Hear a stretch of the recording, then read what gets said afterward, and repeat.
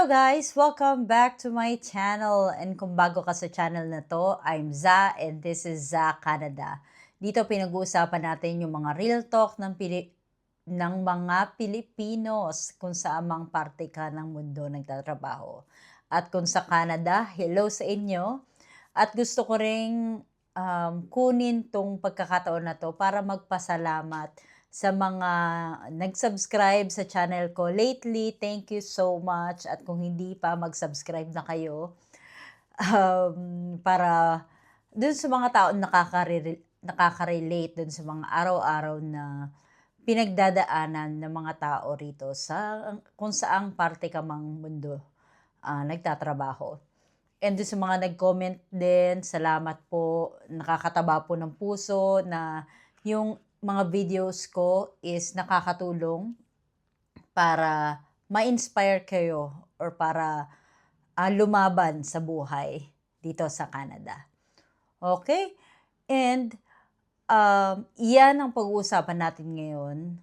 I'm sure na somehow related yan sa channel na to kasi alam ko na kahit konti lang tayo, darating din yung panahon na dadami rin yung community natin. Community ng Za Canada channel.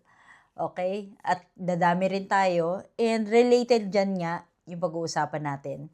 So alam mo yung feeling mo hindi ka umuusad, feeling mo na stuck ka dun sa pagkakataon na yan. At nasa face ka ng buhay mo na sin zone ka lang. Feeling mo na sin zone ka lang ni Lord. Lord, ano ba?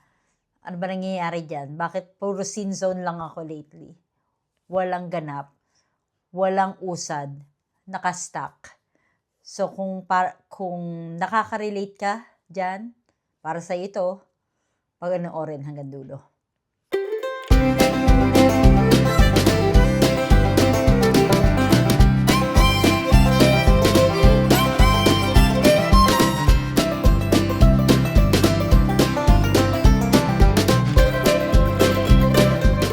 Well, let me tell you that first of all, the inspiration of this vlog is yung pagpunta namin kahapon sa Christmas market ni Kurt sa Lonsdale Quay.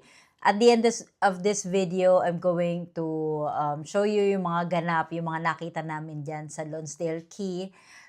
Yan yung isa sa mga masasayang parte dito tuwing magpapasko. May mapupuntahan kang Christmas market, napakadaming pwedeng bilan ng pagkain.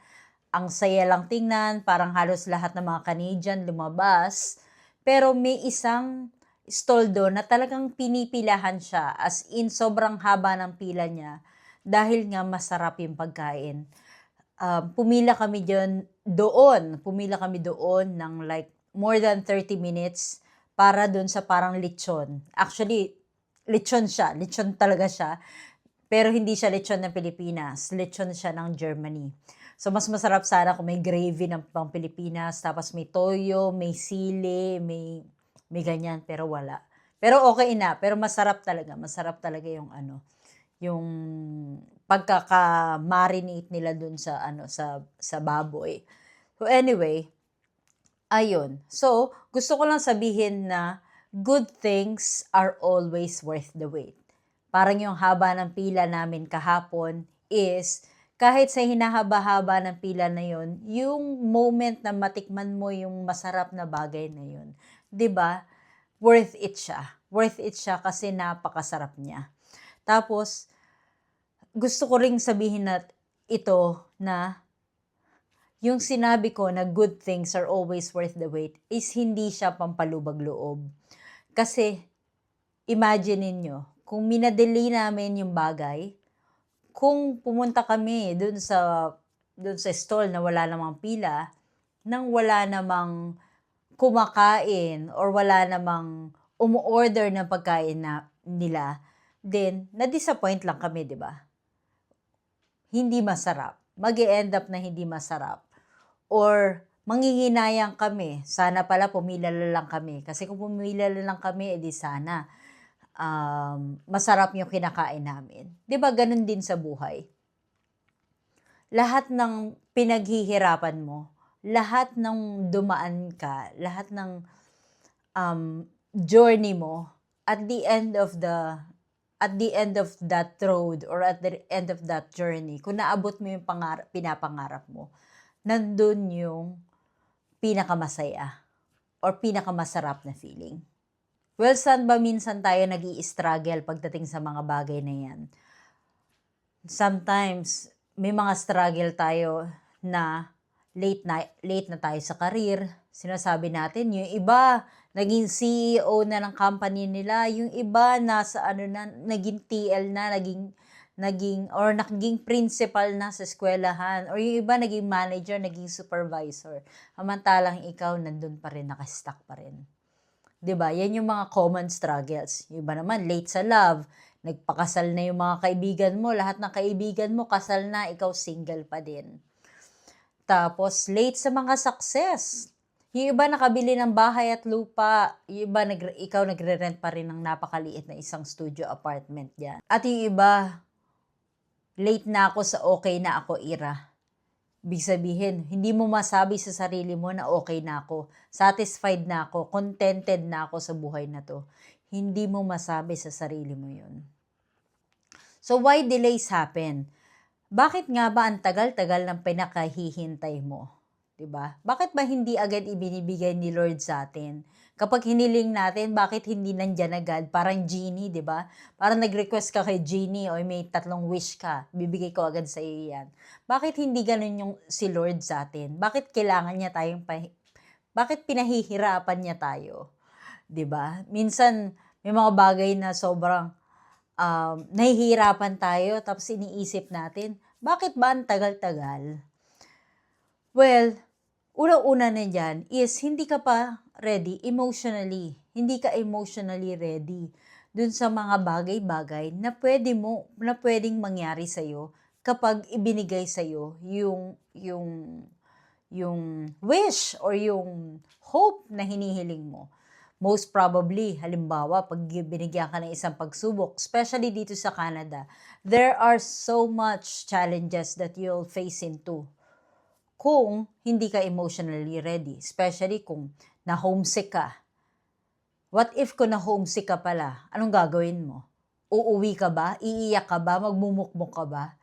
So, hindi ibinibigay sa'yo kasi baka yung emotion mo hindi ready pag dumating yung araw na ibinigay sa'yo at mag-isa ka. 'Di ba? And next, hindi pa swak yung environment. Hindi pa ready sa'yo. May mas magandang environment para sa'yo. Everything happens for a reason.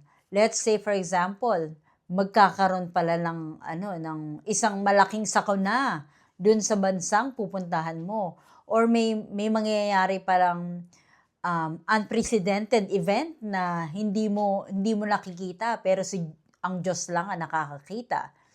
Hindi ka dinala doon kasi may bagay na mangyayari beyond your control. And most probably that will destroy you or that will harm you. So isipin mo yung mga ganyang bagay. And next is kung nakuha mo agad, baka mawala siya. Or baka mawala rin agad. So, isipin mo yung mga taong biglang nananalo sa loto. 'Di ba? Yung mga tao, napakadaming reports na yung mga tao na bigyan ng pagkakataon na magkaroon ng malaking pera. But sa sobrang unexpected yung pera na yun, nawala din agad. Dahil walang pagpaplano na nangyari, kala nila unlimited yun, naubos lang, hindi alam kung saan napunta. Well, let me tell you about my personal story. I have been wanting to come here to Canada since 2012 yata. Di ko na maalala kasi hindi ko babuksan yung previous email ko. So anyway, I have been sending resumes, workabroad.ph, kung ano-ano na lang, mushroom picker, apple picker, waitress, and at that time I was working as a call center agent. And imagine, I didn't have the enough knowledge, I didn't have the enough how do you call that? Emotional stability.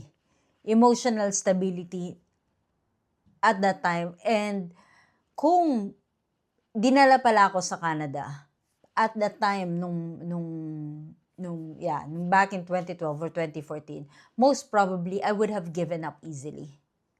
'Di ba? May mga bagay na binibigay sa iyo sa tamang panahon. At ito nga, nandito na kami sa Canada. That doesn't mean that if it was given to you, it wasn't meant for you. Probably it wasn't meant for you at that time. It will happen to you next time. So gusto ko ring sabihin na may mga bagay tayo na gusto natin now, pero yung version natin now is hindi pa kaya. Tapos, probably meron tayong mindset na gusto natin maging CEO na. Pero, yung emotional baggage natin pala is pang-intern lang. Yung emotional, ang capability natin is pang-intern lang. 'Di ba?